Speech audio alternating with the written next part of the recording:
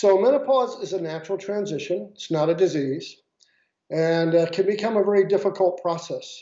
During menopause, more than 75% of women experience a whole host of symptoms.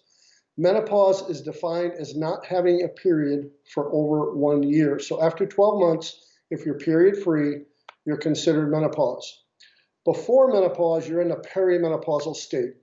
In a perimenopausal state, hormones fluctuate all over the place, and you can also have many types of symptoms.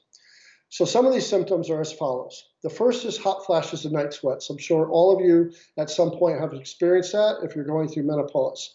That's related to estrogen. It's related to progesterone. It's related to what we call the EP ratio. Balancing the estrogen and progesterone is very important.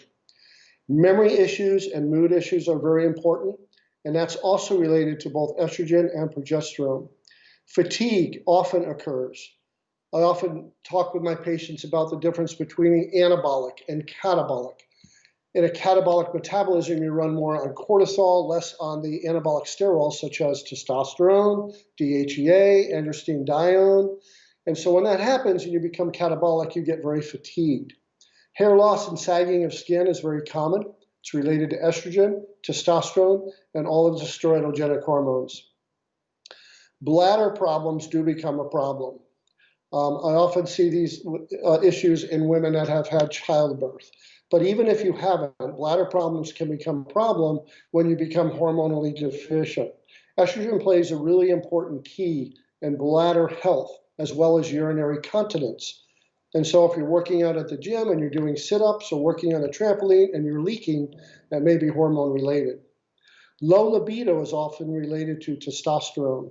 Testosterone is not only a hormone in men, it's very important as well in women.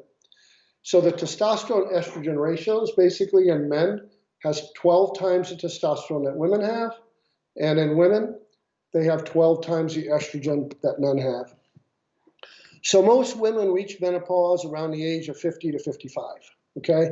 It happens usually after 12 months of having no period, you're actually clinically described as being in menopause. But like I said, you can be in perimenopause for up to 5 or more years. While the symptoms that we described, while they may continue on their own, sometimes they stabilize a little bit as the hormones begin to stabilize, but they often last for years. And in some women, I see them actually get worse, especially the urinary issues, libido issues, and sexual wellness. More than half of women struggle with chronic low libido after menopause. So if you're struggling to cope with the effects of menopause, please know that you're not alone.